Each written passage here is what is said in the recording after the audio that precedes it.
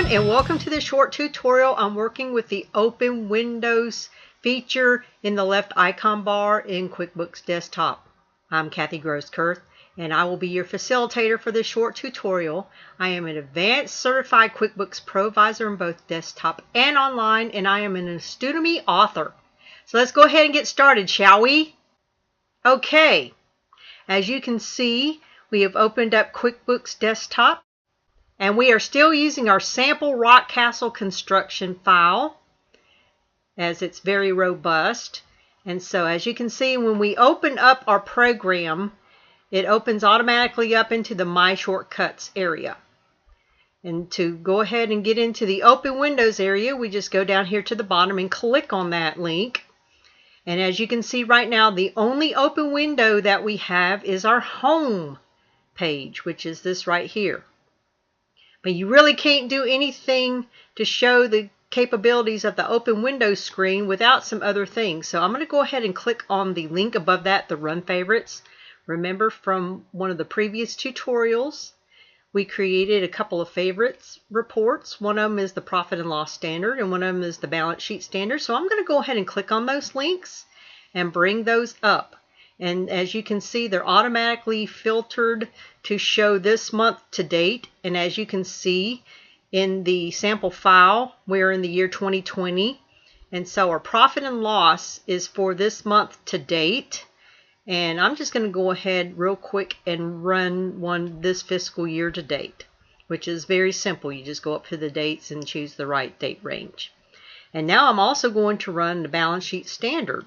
So at least that way we'll have 3 different items in our open windows to work with. And this report automatically runs from this fiscal year to date.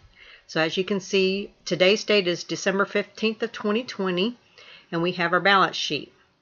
I'm not worried too much about the information that's on any of these reports. We just have them up so that we can work with the open windows. So now if you go to the Open Windows tab, which again is the very bottom in the left icon bar, you can see now we have 3 elements that we're going to be working with here. Our home page, our profit and loss, and our balance sheet. And as you can see, the balance sheet, which is on top, and these are layered, the balance sheet is on top. Underneath that is the profit and loss, and then our home page is on the bottom. So what we're going to do now that we're in here is we're going to go up here to the Windows menu bar. Click on the Windows menu listing there, and you will see all the various choices that we have. Right now it's showing you that the balance sheet is on top.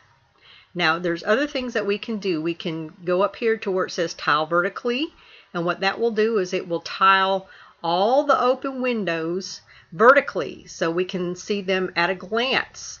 We have our balance sheet first because it's the first one on top. Then the second one is our profit and loss. And then our last one is our home page. So you can see all those at a glance. That can be helpful if you're doing side-by-side comparisons. Say like if you wanted to open up your accounts receivable window and then also open up your register for one of your accounts, you can see that be very helpful. Also, if you wanted to open up your accounts receivable and then open up your vendor area and look at those things at the same time, and you can scroll through to see the information, and if the information is not wide enough, like down here, you can see on the home page, you can scroll through down at the bottom to access all these other things. And you can scroll up and down if you need to, like on these profit and loss and balance sheets, you can scroll up and down to look at the other information. But since the information is not horizontally side by side where you can't see it, there's no scroll bars at the bottom. But there is at the bottom of this home page thing here. So that gives you a little bit of control as you're looking at these things side by side. So that's doing the tile vertically. Now tiling horizontally can also be helpful. What this does is it stacks one on top of the other, but it kind of does the opposite.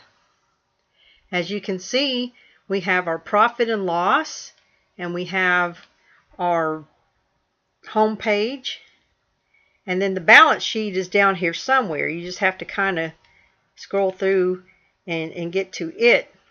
Now, the other thing that I like to do is I like to go ahead and do the Cascade, because what that does, again, is it's showing in our order change because I clicked on the profit and loss report. So when you click on any of these, it changes the order. So now, as you can see, at the top is the home page because I have it in order, followed by the profit and loss, and then the balance sheet is now last. So we go back to Cascade, and it'll go back and cascade those. So that's another way that you can work with these. And then in the corners on the right, you'll see you'll have a maximize button, and then you'll have a minimize button here. And then you'll also have where you can exit out of any of these at any time.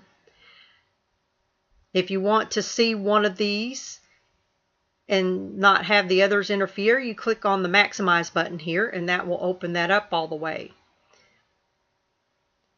Again, you can also go back over here to the open windows bar and toggle among the different things. Say you want to see the balance sheet. With 3 or 4 things, it's easiest to see those things. But when you have a lot, it helps to be able to use the Cascade. So that way you can see at a glance several of them at a time. And then you can just go through and just click on one without having to scroll through a bunch of different things. But sometimes it may be helpful to have only 3 or 4 things open at one time. You can always close them and you can always reopen them. And one of the things that we're going to do on the next tutorial is work with the home screen, which is this right here. Get a little bit more in depth into it so you can kind of see how that'll help you with your workflows. So anyway, that's basically it for this short tutorial. I hope you enjoyed it. We'll have other ones coming up, and we look forward to seeing you again real soon.